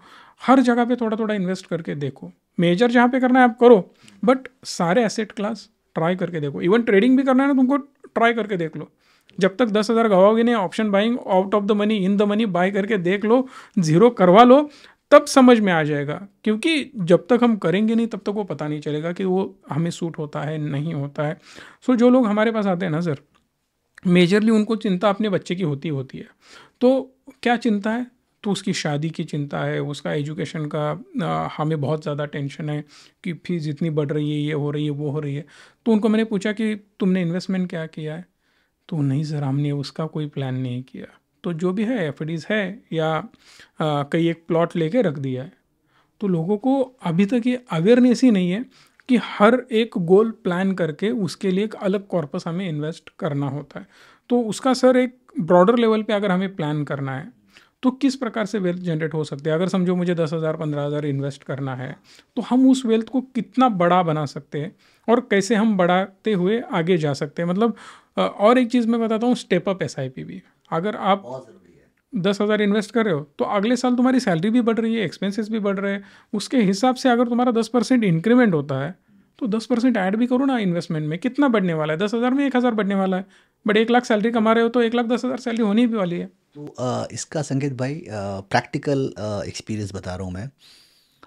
एक ऐसे ही एडवाइज़र थे, उनसे डिस्कस किया था मैंने, कहा कि क्लाइंट को आप जो सजेस्ट करोगे स्टेप अप जरूर सजेस्ट करना है, बिकॉज एवरी ईयर इंक्रीमेंट होता है, सैलरी इंक्रीमेंट होती है, बट SIP लोग नहीं बढ़ाते हैं। और SIP ना, they treat it like a term insurance. किसी से बात करो कि आपका SIP, हाँ मेरा चल रहा है। कब चल रहा है? कितने की चल रही है? 5,000 की चल रही है। जब 5,000 की SIP चल रही है, 10 साल पहले शुरू किया था, उस समय इनकम 20,000 थी। आज इनकम 1 लाख है, बट SIP अभी भी 5,000 की चल रही है। तो सेविंग्स आपका वैसा नहीं बढ़ा जितना आपका इनकम बढ़ा। ये एक मेजर प्रॉब्लम है। आने वाले समय में सेविंग्स और इनकम की गैप जो है ना, वो घटती जा रही है। इनकम बढ़ रहा है, सेविंग्स कम हो रहा है। इसका एक तरीका है कि आपने स्टेप अप SIP कर दिया, कि आज ही डिसाइड कर लिया कि मैं हर साल अपना SIP बढ़ाऊंगा। एक कैलकुलेशन में मैं हिसाब से देखता था कि अगर कोई 25,000 के SIP करता है और मान लो साल का 12% के आसपास एग्जाम्पल रिटर्न मिलता है, तो समथिंग अराउंड वो 20 साल में 25,000 के रेट से 60 लाख के आसपास वो सेव करता है, और उसकी वैल्यू 80 के आसपास होती है, राइट। लेकिन अगर वो सिर्फ 1,000 रुपये SIP टॉपअप कर दे साल का, सिर्फ 1,000 रुपया, तो उसका कॉर्पस जो 80 लाख के आसपास होने वाला था, वो 4 गुना हो जाएगा, सिर्फ 1,000 के टॉपअप से। बट इसमें प्रॉब्लम क्या है? Everybody is very discipline in future में सब डिसिप्लिन है। आज बोलेंगे मैं अगले साल बढ़ा दूंगा, अगले साल जब उसका प्रेजेंट है तब वो बोलता है यार अगले साल बढ़ाऊंगा। जैसे हम होता है ना कि हम दिवाली के बाद मीठा छोड़ देंगे, बिल्कुल है ना, बिल्कुल। तो 1 तारीख से जिम जाएंगे, हम्म। प्रॉमिस कर लेते हैं बट दिन पे प्रॉब्लम होता है। तो ये टॉपअप के साथ भी यही प्रॉब्लम है। तो बेटर है ना, जब आप SIP कर रहे हो उसी समय टॉपअप टिक कर दीजिए, बंद करने का राइट। ऑप्शन आपके पास हमेशा है। Again this is part of discipline. Discipline है, बिल्कुल डिसिप्लिन है। Investment is all about discipline. मैं आपको कह रहा हूँ, लोगों ने गोल्ड में पैसे बना लिए, FD में बना लिए, इक्विटी में नहीं बना पाए। क्यों? क्योंकि गोल्ड और FD में डिसिप्लिन दिखाते हैं, रियल एस्टेट में डिसिप्लिन दिखाते हैं, और इसमें इक्विटी में नहीं दिखाते हैं। डिसिप्लिन से सर याद आया, एक सेट ऑफ क्लाइंट है हमारा, कि उनका क्या होता है ना, वो 4 5 6 महीने में जज करने लगते हैं। अरे सर ये तो 5% से ही, बड़ा कोई मज़ा नहीं है, वो सेल कर देते हैं। 10 लाख 15 लाख 20 लाख, एक एक 5 5 करोड़ भी लगाने वाले लोग हैं। वो माइंडसेट है कि क्विक दिखना चाहिए। आपने बताया ना यहाँ पे इन्वेस्ट करो, हमने कर दिया, वो बढ़ा नहीं। फिर हम उनको बोलते हैं कि सर एक काम करो। 2 टाइप की हम एडवाइस देते हैं ऐसे लोगों को। पहले तो एक काम करो, पैसा निकाल लो, कोई दिक्कत नहीं है, सिर्फ 10,000 रहने दो, बाकी सब निकाल लो, या 1 लाख, तुमको जो भी लगता है वो समझो डूब गए, मुझे दिया आपने, वो रखो, और बाकी सब निकाल लो, कोई दिक्कत नहीं है। जब भी 1 साल पूरा होता है ना, 1 साल के बाद सर मुझे प्लीज़ कॉल कर लेना, हम बोल देते हैं 1 साल के बाद, 1.5 साल के बाद, 6 महीने के बाद, तुमको जब लगे। अब जब वो कॉल करता है या हम उनको कॉल करते हैं 1 साल के बाद, तब हम उनको बता देते हैं कि ये 10,000 का ना 15,000 हो गया, या 12,000 हुआ, या 13,000 हुआ। ये 1 लाख 20 लाख 50 लाख या 1 करोड़ जो भी आपकी अमाउंट थी, ये यहीं पे होती तो इसकी ये वैल्यू हो जाती। तो अब आप मुझे बताइए, आपने जो निकाला था उसकी आज वैल्यू क्या है, मुझे ज़रा क्या है? दिखा दीजिए। मैंने आपको दिखा दिया, आप दिखा दीजिए। अब ये है पेशेंस। अगर आप डिसिप्लिन और पेशेंस के साथ इन्वेस्ट नहीं करोगे तो यही होने वाला है। दूसरा और एक हम क्लाइंट के साथ करते हैं, बहुत सारे लोग क्या बोलते हैं ना, म्यूचुअल फंड में इन्वेस्टमेंट है हमारी अभी, तो हमने प्लान तो दे दिया, इन्वेस्टमेंट तो हो गई। होने के बाद ये होता है कि वो बोलते हैं सर हमने देखो ये स्टॉक में इन्वेस्ट किया था, ये ट्रिपल हो गया है 1 साल में, और आपका म्यूचुअल फंड 20% दे रहा है या 15% दे रहा है, अभी 30 40% तो दे ही रहा है पुराने 1 2 साल से, वो तो बढ़िया जा ही रहा है, बट फिर भी उनको 30 40% भी कम लगते हैं। अरे सर ये स्टॉक बाय कर लेते ना, वो तो मल्टी बैगर हुआ। तो अगर ऐसे स्टॉक तुम बाय कर लेते तो मेरा पैसा कितना गुना बढ़ जाता। ये फालतू में एडवाइस लेने के बाद भी ऐसे रिटर्न मिलेंगे तो फ़ायदा क्या है। तो ऐसे क्लाइंट को पहले से हम ये बोल देते हैं कि कितने रुपए लेके आए हो, तो वो बोलेगा कि 1 करोड़ लेके आया हूँ, उसमें से 50,000 या 1 लाख अपने पास रखो, तुम्हारा दिमाग चलाओ, जहाँ इन्वेस्ट करना है पहले तुम करो। ये पहला काम किया। बाकी 99 लाख रुपीज़ का मैं देखता हूँ, फिर हम डिस्कस करके इन्वेस्ट कर देते हैं। 1 साल के बाद 2 साल के बाद तुमको जब भी लगे रिव्यू कर लेना, तुम्हारा दिमाग कितना चला, हमारा दिमाग कितना चला, कौन सा बेटर है, उसके हिसाब से आगे जाके एक्शन ले सकते हो। क्योंकि एक एक्सपर्ट का होना बहुत ज़्यादा ज़रूरी है, क्योंकि हमें लगता है हमें सब कुछ पता है। अब मैं आपके सामने बैठा हूँ, आपके साथ पॉडकास्ट कर रहा हूँ, थोड़ी देर पहले भी हमने कुछ सारी चीज़ें डिस्कस करी, तो मुझे भी पता चला आपसे 4 नई चीज़ें। जब भी मैं आपके टाटा म्यूचुअल फंड में आता हूँ, यहाँ के फंड मैनेजर के साथ बैठता हूँ, उनके थॉट प्रोसेस देखता हूँ। अभी फ़िलहाल मैंने 2 पॉडकास्ट किए, वहाँ पे एक ने बोला कि डिफेंस और उसके साथ साथ अपना रेलवे मुझे गड़बड़ लगता है, ये गिर सकता है, मैं बिल्कुल भी इन्वेस्ट नहीं करूँगा। ये वर्ड्स थे लिटरली उनके। दूसरे फंड मैनेजर आए, उनका पॉडकास्ट हमने किया, और ये ऑन रिकॉर्ड है, दोनों पॉडकास्ट आप जाके देख सकते हो, ऑलरेडी वो एयर हो चुके हैं, लिंक मैं डिस्क्रिप्शन में दे दूंगा। सो दूसरे ने बोला कि भाई साहब अभी वो शुरुआत हुई है, रेलवे ऑप्शन ही नहीं है, बहुत तगड़ा ग्रो होने वाला है। उसके साथ साथ डिफेंस, डिफेंस इंडिया को बहुत ज़्यादा अपॉर्चुनिटी मिलने वाली है, क्योंकि 2 बड़े प्लेयर्स हैं, एक है चाइना और दूसरा अभी जो पुतिन साहब है वो तो खुद ही कंज्यूम करने में लगे पड़े हैं, तो वो खुद एक्सपोर्ट नहीं करेंगे अब, और चाइना पे बहुत ज़्यादा ट्रस्ट नहीं है, तो बचा इंडिया। सो इंडिया से बहुत ज़्यादा एक्सपोर्ट होने वाला है, साथ ही इंडिया खुद के लिए भी बड़े बड़े ऑर्डर्स देने वाला है। सो दोनों लोगों के अलग अलग विचार हुए, तो हमें इसमें से बहुत कुछ सीखना मिलता है, क्योंकि दोनों भी सीनियर फंड मैनेजर्स हैं। तो ये नहीं बोल सकते कि अरे इन्होंने तो ये बोला था, इन्होंने तो ये बोला था, दोनों भी ऐसे कैसे बोल रहे हैं। नहीं, दोनों की थॉट प्रोसेस अलग है, और वो सेक्टर ना चुनते हुए कहाँ पे जाना चाहिए वो भी उन्होंने बताया।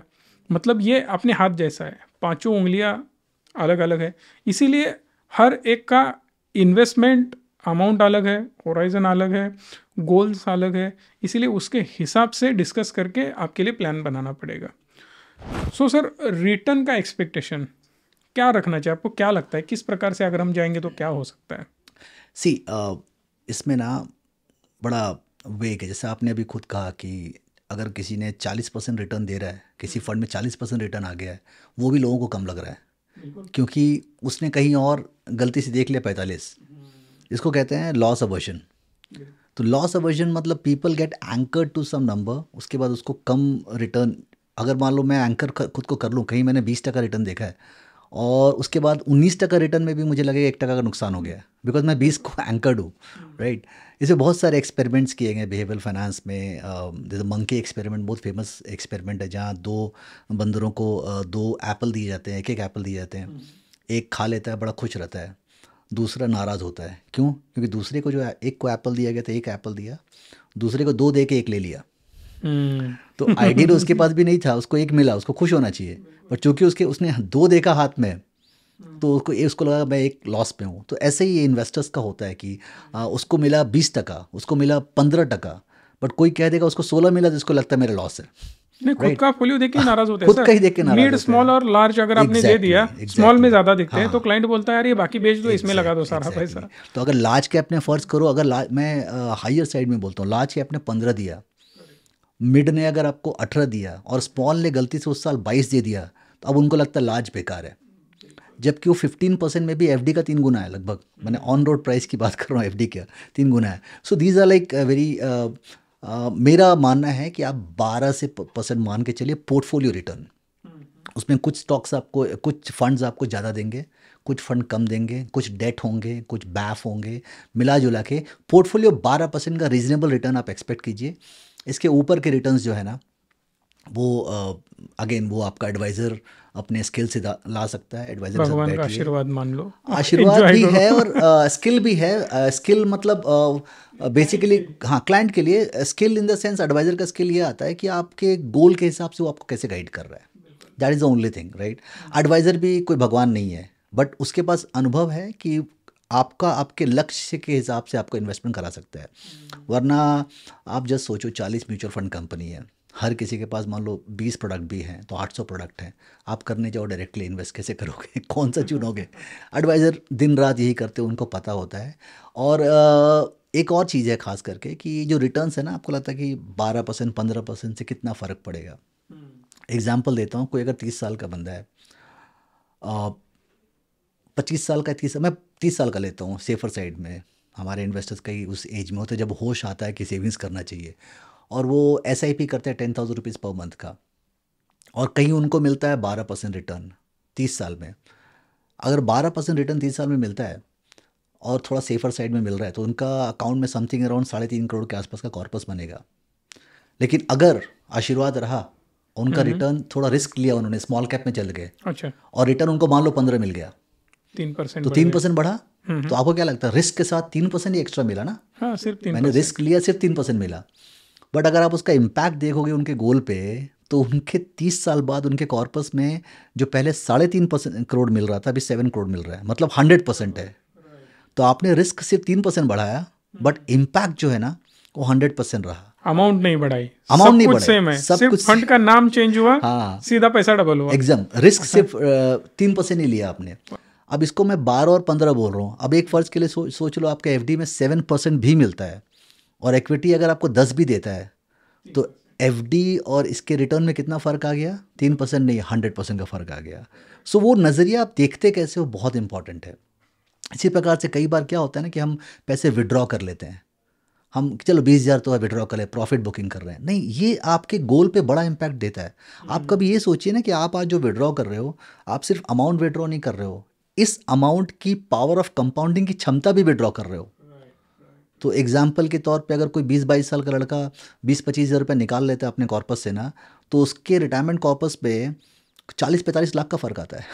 वाह, 20,000 की सीधा 40-45 मतलब वो उसने अगर रिटायरमेंट के लिए शुरू किया है, 20-22 साल का लड़का, अगर वो 20-25 हज़ार रुपये निकाल लेता है, तो उसके जस्ट कैलकुलेशन करके देखिएगा, रिटायरमेंट में 40-45 लाख का फ़र्क आता है। वाह, ग्रेट। तो सर, अगर चलो ये हम मान रहे हैं कि यहाँ तक मुझे समझ में आ गया कि इन्वेस्टमेंट करनी है, लॉन्ग रन में बड़ी वेल्थ क्रिएट करनी है, तो इसका मतलब जो भी मैं अभी इन्वेस्ट कर रहा हूँ और जो भी मैं कमा रहा हूँ, घर खर्चा छोड़ के मैं इन्वेस्ट कर रहा हूँ, तो मैं सारा पैसा इन्वेस्ट ही करता जाऊँ। एंजॉय कब करें हम? मतलब आप जो बोल रहे हो 30 की उम्र तक, 40 साल तक, वो 50-60, अब रिटायरमेंट तक आ गया।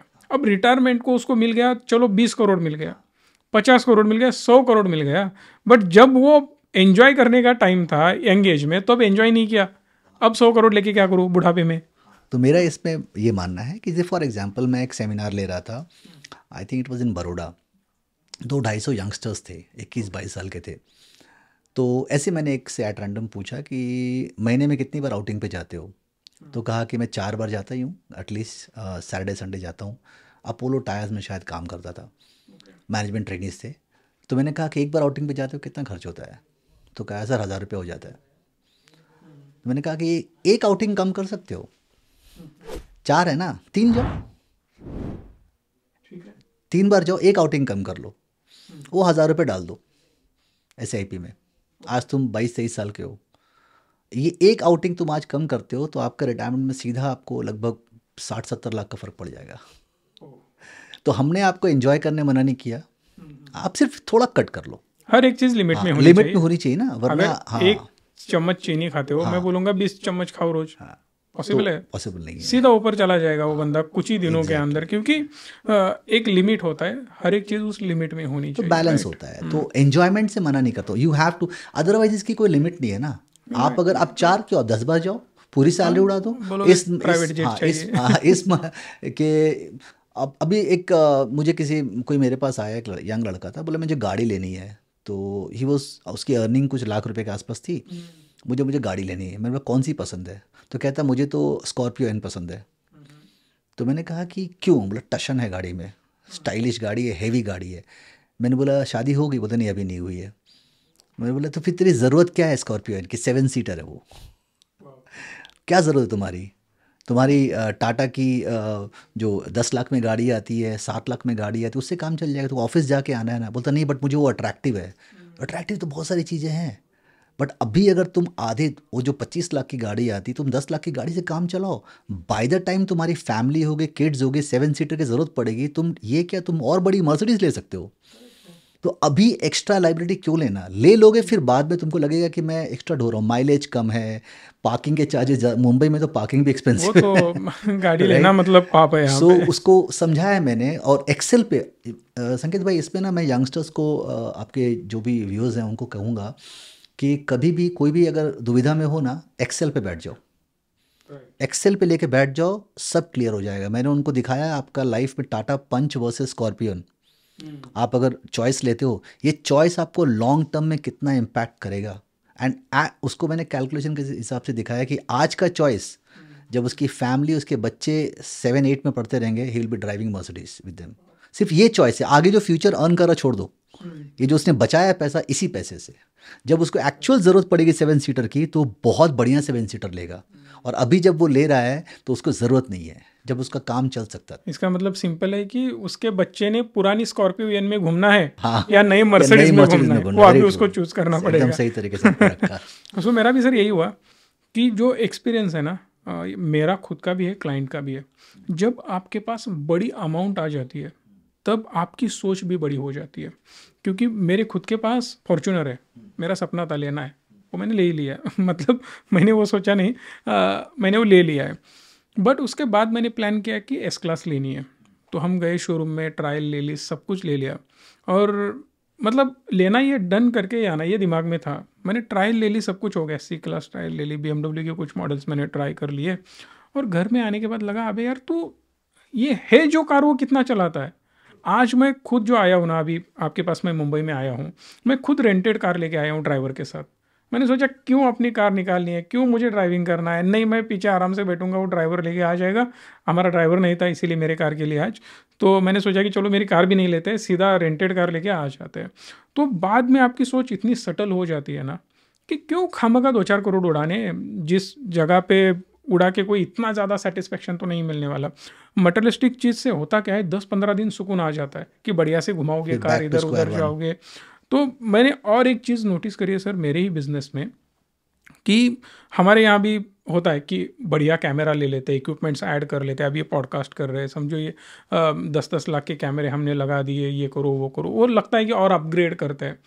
बट हमने रिवर्स इंजीनियरिंग किया, कैलकुलेट किया कि सर एक सेटअप ये पॉडकास्ट का बनाने के लिए मुझे खर्चा जो आता है ना, वो अप्रॉक्सीमेटली 20-25 लाख रुपए आ रहा है। अगर मैं ये चीज़ें रेंट आउट करता हूँ तो 10-15 हज़ार में आ जाती है। अच्छा, मैं पॉडकास्ट कितने करता हूँ? हार्डली महीने में 1-2। अब 2-4 हज़ार चला जाए महीने में, कोई दिक्कत नहीं है। ये अमाउंट मैं एफडी भी कर दूंगा ना, तो उससे ज़्यादा मुझे रिटर्न आएगा सिर्फ ब्याज। मेरी कंप्लीट अमाउंट वैसे ही रह जाएगी। सो पहला थॉट प्रोसेस कम से कम हमें ये करना चाहिए। चलो कोई भी चीज़ लेने के लिए मना नहीं है किसी को भी, आपका पैसा आप कैसे भी एंजॉय कर सकते हो। सिर्फ एक बार एक्सेल खोलो, एक्सेल चलाना नहीं आता तो मैथ्स एक सिंपल पेपर लो, पेन लो, उस पर लिखो अगर मैं ये करूँगा तो होगा क्या। वो सेम चीज़ रेंट पे लाके एक बार ट्राई करके देख लो, तो खुद से अपना सब जो भी दिमाग में कचरा भरा है वो ऑटोमेटिकली निकल जाता है। सो जितनी बड़ी इनफैक्ट वेल्थ बनती है ना, जब तो आप कह रहे हो सेटल होता एक्सेल है। पे आप पेन और पेपर पे लेके बैठोगे ना, तो एक्चुअली मैंने देखा है कई लोग जब पेन पेपर पे लेके बैठते हैं तो जिस चीज़ को वो एसेट में डाल रहे थे वो लाइबिलिटीज में पहुंच जाती है। बिल्कुल बिल्कुल। तो वो बहुत ज़रूरी है। एंड ये आपके व्यूअर्स के लिए मैं बताना चाहूँगा, आज की generation as well as like अगर हम कंपेयर करेंगे हमारे मॉम डैड के जनरेशन में, उस समय सेविंग्स बहुत स्ट्रांग हुआ करती थी। क्योंकि एक तो बहुत ग्रेटिफिकेशन नहीं था, ये मॉडल आ गया वो मॉडल आ गया, ये खर्चे नहीं थे, तो बाय डिफ़ॉल्ट वो सेव करते थे, वो सेविंग्स करते थे और सेविंग्स लॉन्ग टर्म की होती थी। ये गलत है कि वो एफडीज़ में करते थे, पीपीएफ में करते थे। अभी जो है ना, जो आपने कहा ना तुम्हारा पैसा है, तुम जहाँ मर्जी इन्वेस्ट करो, नहीं, इन यंगस्टर्स का अपना पैसा नहीं है। ये जो इजी मनी आ रहा है ना लोन से, ये पैसा इनका नहीं है, पैसा बोरोड है, और उसके साइकिल में ये फंसते हैं अपनी कमाई डाल के। तो एस्पिरेशन, जब बोरोड मनी आपके पास आता है तो एस्पिरेशनल वैल्यू पे आप जाते हो जो आपकी नेसेसिटी नहीं है। और इसीलिए मैंने कहा ये बोरोड मनी पे आप स्कॉर्पियो एन ले रहे हो, खुद का लगाना हो तो आप पंच लोगे। और ये बोरोड मनी का जो बर्डन है ना, वो बर्डन इतना हैवी है कि पूरी ज़िंदगी आपको इम्पैक्ट करता है। उसके बजाय बोरो मत करो, आप जितना है उसमें काम चला लो, एंजॉय भी कर रहे हो ना। लाइफ यंग हो, 21-22 साल उम्र है, टाटा पंच में क्या प्रॉब्लम है? आपको क्यों बड़ी गाड़ी चाहिए 7 सीटर की?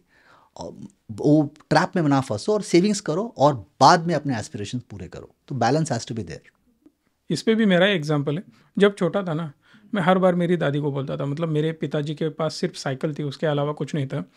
मैं बार बार दादी को मेरे बोलता था, अरे यार एक कम से कम एक अच्छी सी बाइक तो ले लेते मेरे पिताजी, कहीं तो खर्चा करने के लिए बोलो, लोन वगैरह लेके। तब वो बोलते थे कि बेटा इतना ज़्यादा पैसा स्पेंड करके कोई फ़ायदा नहीं है, वेस्ट ऑफ मनी है। जब मेरी बेटी आज बोलते हैं ना कि पापा ये तो ले लो, ये 50,000 की चीज़ है, ये ले लो 50,000, मेरी बेटी ऐसे बोलती है 50,000 का ये ले लो ना, तो उसको उस पैसे की अहमियत पता नहीं है। अभी तक उसको वैल्यू नहीं है उसके। हाँ छोटी है वो, 6 साल की।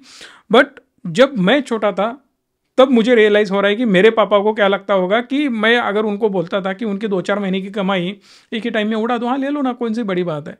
तब जब मेरी बेटी अब वो बोलती है ना, तो मुझे रियलाइज़ होता है कि नहीं, ये ऐसा होता नहीं है। सो सबको क्या लगता है, अपने माँ बाप गलत होते हैं, राइट, उस एज में। तो सेम इन्वेस्टमेंट का भी वैसे ही होता है। जब उम्र बढ़ जाती है ना, तब पता चलता है कि यार मैंने सही डिसीजन लिए होते ना, कुछ अलग ही मैं कर पाता। मतलब बहुत बड़े बड़े इन्वेस्टर है सर हमारे पास, जो आज भी हमें बोलते हैं कि सर आप हमें बहुत लेट मिले हो, अगर 5-10 साल पहले मिले होते हम कहीं के कहीं हो जाते आज। मतलब उतनी बड़ी वेल्थ ऑलरेडी हम जनरेट कर पाते। तो ये थोड़ा सबको एक एनालाइज करना होगा। मैं बोल रहा हूँ कि शुरुआत बड़े अमाउंट से मत करो, नहीं करना है ना मत करो। आप आज नहीं के लेवल पे हो, कम से कम 10,000 लगा दो, आपका भले ही 10 करोड़ का इनकम हो, वो 10,000 का क्या होता है एक बार देखो। 6 महीने में, 1 साल में ऑटोमेटिकली पता चल जाएगा कि मुझे और इसको बढ़ाना है। तो एक बार सर कैलकुलेशंस हम देखते हैं क्या हो सकता है। एक्सेल में देखिए कि मैंने एज लिया है 25 साल किसी इन्वेस्टर का, और रिटायरमेंट एज 60 लिया है, और रेट ऑफ रिटर्न अज्यूम किया है 12% पर एनम। वो कुछ भी हो सकता है, हाँ, मतलब कुछ 10 भी हो सकता है और 20, 25, 30 भी हो हाँ, सकता है। 12% मैंने सेफर साइड में अज्यूम किया है। सेंसेक्स रिटर्न वैसे लास्ट 40 सालों में CAGR 16 रहा है, बट मैंने 12% अज्यूम किया। इन्फ्लेशन 5% अज्यूम किया। और मैं सोचा कि SIP 2500 लेते हैं महीने का, 2500 कोई भी कर सकता है 2500 के हिसाब से। तो अगर कोई SIP 2500 की लेता है तो फ्यूचर वैल्यू मैंने निकाला है, कॉर्पस जब वो रिटायर होगा एट द एज ऑफ 60, वो आएगा 1,60,77,399, मतलब लगभग 1.5 करोड़ से 1,60,00,000 के आसपास कॉर्पस आ जाएगा उसका, राइट। उसकी उम्र है 25। अब जैसा आपने कहा अभी कि आपके कई लोग मिलते हैं, क्लाइंट मिलते हैं कि कहते हैं कि थोड़ा पहले मिले होते, तो मैं इनको देखता हूँ, ये जो 25 साल के सज्जन हैं ये अभी मिले हैं मुझसे, अगर ये 5 साल पहले मिले होते तो मैं इनकी उम्र करता हूँ 20। ओके। तो अगर वो 5 साल पहले मिले होते तो उनका कॉर्पस बनता 2.94 करोड़। सेम चीज़ अगर 5 साल पहले उन्होंने शुरू किया होता। अब प्रॉब्लम क्या है, मतलब अभी शुरू किए थे 25 साल की उम्र में तो उनका बनता 1.6 करोड़, लेकिन अगर वो 5 साल पहले शुरू किए होते तो उनका बनता 2.94 करोड़, लगभग ऑलमोस्ट डबल के आसपास। अब प्रॉब्लम क्या है कि ये 5 साल पहले अब वो जा नहीं सकते, है ना। तो कहते हैं इंग्लिश में कि what is the best time to plant a mango tree to eat fresh mangoes, it was 25 years back. अब 25 साल पहले आपने किया नहीं, what is the next best time, it is today. आज करो, कम से कम 25 साल बाद तो मिलेगा अगर, राइट। तो अब देखिए कि अगर वो आज शुरू करते हैं तो चलो उनको 1,60,00,000 उनके कॉर्पस में आ सकता है, बट उन्होंने सोचने में मान लो 5 साल और निकाल दिए, तो मैं देखता हूँ 30 साल के बाद, 30 साल के बाद उनको लगेगा सिर्फ 87 लाख बनेगा। मतलब ये जो 5 साल जो उन्होंने डिले किया ना, इससे 50% हो जाएगा। तो जितनी जल्दी स्टार्ट करो उतना बेहतर है, और इसको पावर ऑफ कंपाउंडिंग को कोई बीट नहीं कर सकता है। इसलिए ये यंगस्टर्स को समझना बहुत ज़रूरी है। जैसा आपने कहा कि 100 रुपया, 500 रुपया, वॉट एवर अमाउंट सेव करो, और ये मैं 2,500 अगर महीने के बता रहा हूँ तो इक्वल टू 2,500 डिवाइडेड बाय 30, दिन का सिर्फ 83 रुपया। 15 जो रुपये हम का चाय पीता है तो ऐसे 4 ही चाय, उड़ा देते हैं हम लोग। 4, हाँ। समझ में भी नहीं आता है, 83 रुपये क्या है दिन में, कुछ आप भी नहीं है। दोस्तों के साथ गए 3 चाय पिए तो निकल गया। बिल्कुल। दिन का 83 रुपये अगर आप बचाते हो तो आपके रिटायरमेंट में 1,60,00,000 ऐड हो जाता है। संकेत भाई, ऐसे 83 रुपये आप आज बचा रहे हो सकता है पॉडकास्ट के बाद, इसके बाद कई 83 रुपये बचाओगे तो कई 1 करोड़ ऐड होंगे बिल्कुल कॉर्पस पे, और मेरा एक्सपेक्टेशन है सारे लोग ये करें आज से। आज अगर आप 2,500 बचा रहे हो, 83 रुपये डेली बचा रहे हो सेविंग्स का, तो आपका कॉर्पस 1,60,00,000 बढ़ता है। लेकिन ऐसे ही अगर आप बढ़ाते गए, आने वाले समय में आपकी इनकम बढ़ेगी और 83 बढ़ाते गए तो आपके कॉर्पस 1-1 करोड़, 1.5 करोड़ बढ़ते जाएंगे। मैंने एक रफली एग्जाम्पल बना, 83 रुपीज़ पर डे में आप 1.5 करोड़ के मालिक बनोगे। वाह। राइट। तो ये थोड़ा सा समझना होगा, और ये आज से शुरू कर रहे हो तो और डिले करते गए तो हमने कॉस्ट ऑफ डिले देखा कितना ज़्यादा होता है। राइट। तो कल कभी आता ही नहीं है, इसीलिए आज से ही शुरू करना है आपको। और कई लोग होते हैं कि हम सोचेंगे, रिसर्च करेंगे। मुझे कई यंगस्टर्स मिलते हैं, मैं रिसर्च करके देखूंगा। आप रिसर्च करने में कम से कम 5 साल लगाओगे, क्या होगा, कर लो ना, छोटे अमाउंट से कर लो, कम ज़्यादा होगा बट शुरुआत तो करो। और नहीं समझ में आ रहा है, एडवाइज़र की मदद ले लो। तुम रिसर्च सोचो ही मत, क्योंकि तुम रिसर्च करने पे लगोगे ना तो रिसर्च करने वाला क्या करेगा, मतलब वो अपना काम ही नहीं है और अपनी एक्सपर्टीज भी नहीं है, और करोगे तो भी वो गलत ही करोगे, बिकॉज उतनी एक्सपर्टीज है ही नहीं, अपने पास टाइम भी नहीं है, और खुद का बिजनेस वेस्ट करके बैठोगे। घर पे अगर प्लम्बिंग का काम होता है तो क्या आप रिसर्च करते हो कि प्लम्बिंग कैसे करना है, या एक्सपर्ट को बुलाते हो? एक्सपर्ट को बुलाते हैं। हेल्थ का इश्यूज होता है, डॉक्टर के पास जाते हो, बट फाइनेंशियल डॉक्टर से क्यों भागते हो?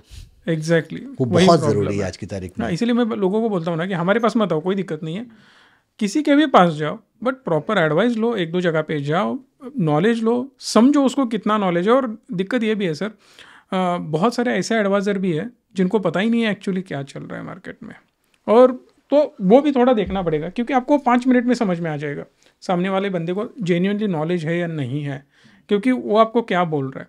अगर आपको देखते ही वो कुछ बोलने लग जाएगी, आप ये करो वो करो ऐसे ले लो छोड़, नहीं। अगर वो प्रॉपर डेटा आपका ले रहा है और डेटा के हिसाब से आपको सोल्यूशन दे रहा है, देन एंड देन ओनली आपकी वेल्थ बन सकती है। हाँ, तो इस पे संकेत भाई, जैसे मैं आपके व्यूअर्स को एक बताना चाहूँगा कि बड़ा सिंपल रखिए अप्रोच। आप जिस प्रकार से डॉक्टर चुनते हैं ना, वैसे ही फाइनेंशियल डॉक्टर चुनते हैं। Family doctor, family advisor, financial doctor कहता हूँ मैं आप लोगों को। रीज़न ये है कि आप डॉक्टर कैसे चुनते हो, उनकी प्रैक्टिस कितनी चल रही है, उनका एक्सपीरियंस कितना है, पढ़ाई कहाँ से किया है, और क्या क्वालिफिकेशन है, कितना क्लाइंट बेस है, कितना, ये सब देखते हो ना, डिग्री कितनी लगी है। बस फाइनेंशियल डॉक्टर पे ऐसे ढूंढिए, कितने साल से काम कर रहे हैं, कितने परिवारों को केटर कर रहे हैं, क्या इनका एक्सपर्टीज़ है, क्या इनकी नॉलेज है। आपको डिफरेंस, जैसा आपने कहा राइटली, वो दिख जाता है। हाँ, छोटा मोटा काम कराते हैं आप, तो मैं ये नहीं कह रहा हूँ कि जो नया फाइनेंशियल एडवाइज़र बना है वो बड़ा नहीं बनेगा, बनेगा, वो भी करेगा, तो उनसे भी आप काम करा सकते हैं। जैसे आप सिंपल सा काम कुछ करना है, छोटा मोटा काम करना है, बट आपको एकदम फुल फ्लेजेड एडवाइस चाहिए, तो let that new adviser grow, और you go to a grown up adviser. तो ये आपको लेके चलना पड़ेगा। और मैं मेरा नाम जपने के लिए बोलता हूँ सर लोगों को, मेरे जो भी क्लाइंट है ना, हाँ। मेरा सरनेम आउटे है, ओ। बार बार आउटे बोलने का, AWATE। रीज़न पता है? हाँ। ए का मीनिंग होता है आस्क, ओके। आपको जो चाहिए पहले आस्क करो। W, what you want, want. वो तुम आस्क करोगे। AWATE, ए का मतलब है एक्शन लेना है आपको। अच्छा। व्हाट यू वांट, वो आपने आस्क किया, फिर उसके ऊपर एक्शन लिया, फिर वो टेक टाइम लेना है, टेक। टेक। और लास्ट में आता है इम्यूलेट, रिपीट करो। ओके। जो चाहिए मांगो, वो फिर आप उसके ऊपर एक्शन ले रहे हो, जो भी वांट्स है आपकी, उसके बाद में उसको रिसीव कर रहे हो और फिर उसको रिपीट कर रहे हो। लोगों के गोल ही नहीं है, कहाँ पहुंचेगा वो? मतलब हाँ, 1,000 की SIP है, 10,000 की, 1 लाख की भी SIP, भाई तुमको पहुंचना कहाँ है? यही नहीं है, मुझे क्या चाहिए पता ही नहीं है। इसीलिए लोगों का सवाल ये आता है ना कि भाई साहब अभी इन्वेस्ट करते ही रहेंगे तो फिर एंजॉय कब करेंगे? एंजॉय का मीनिंग क्या है? मेरे बहुत सारे क्लाइंट है सर, रिटायर्ड क्लाइंट है, तो रिटायरमेंट के पहले वाले क्लाइंट है, उनका प्लान है 2 बार फॉरेन ट्रिप करूंगा ही करूंगा साल में, 2 बार डोमेस्टिक फ्लाइट लूंगा ही लूंगा साल का, या 3 बार डोमेस्टिक फ्लाइट लूंगा ही लूंगा।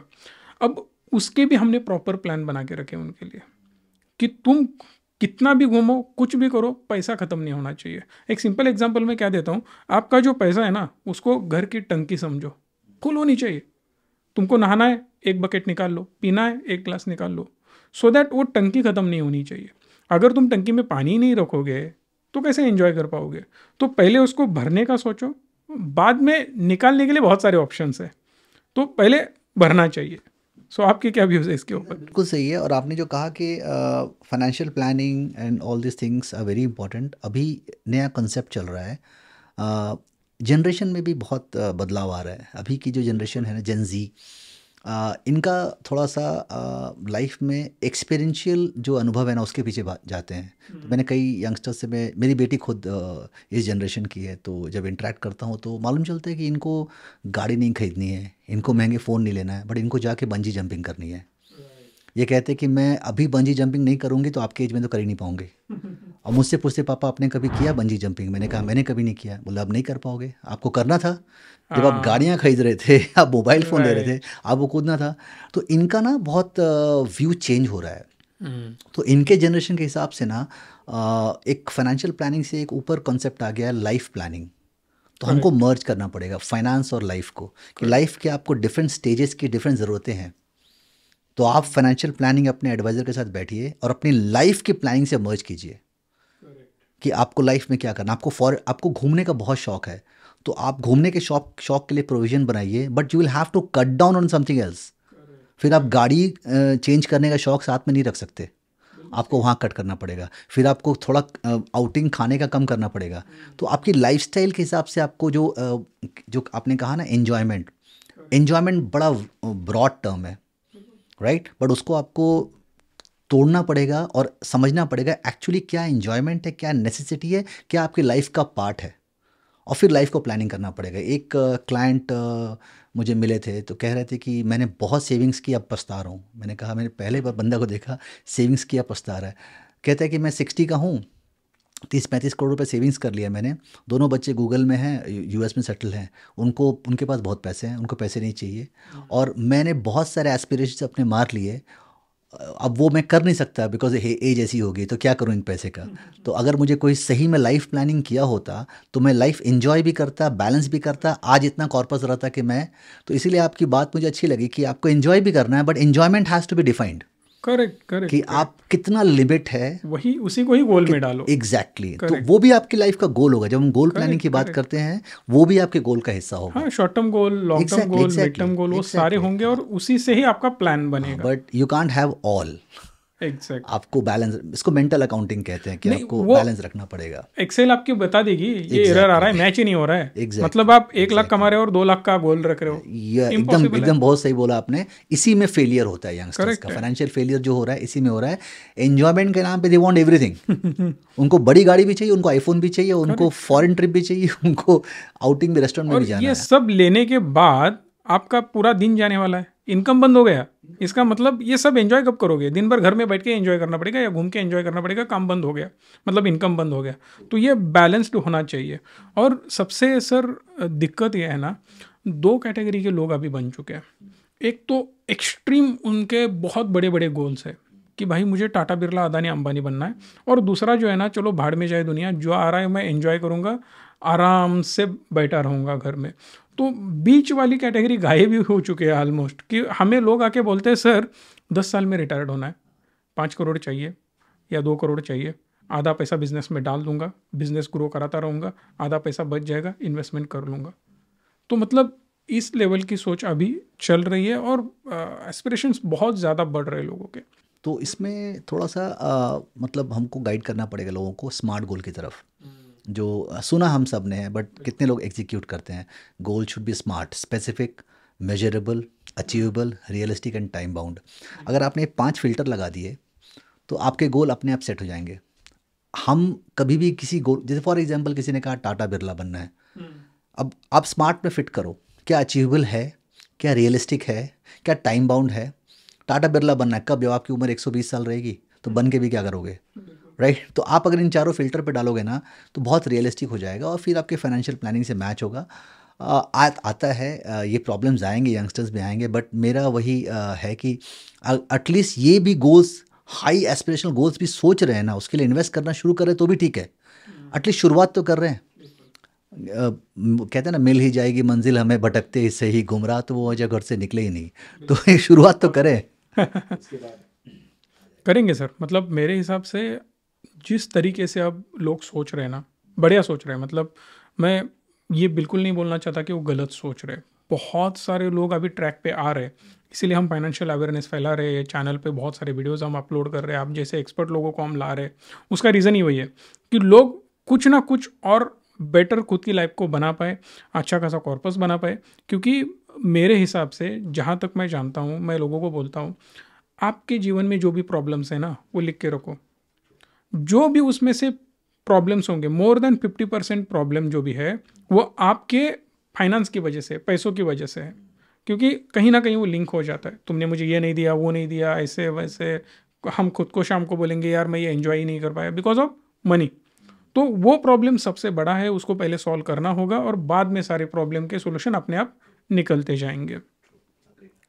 So thanks for the your time sir, because आपने बहुत वैल्यूएबल इन्फॉर्मेशन लोगों को दी है।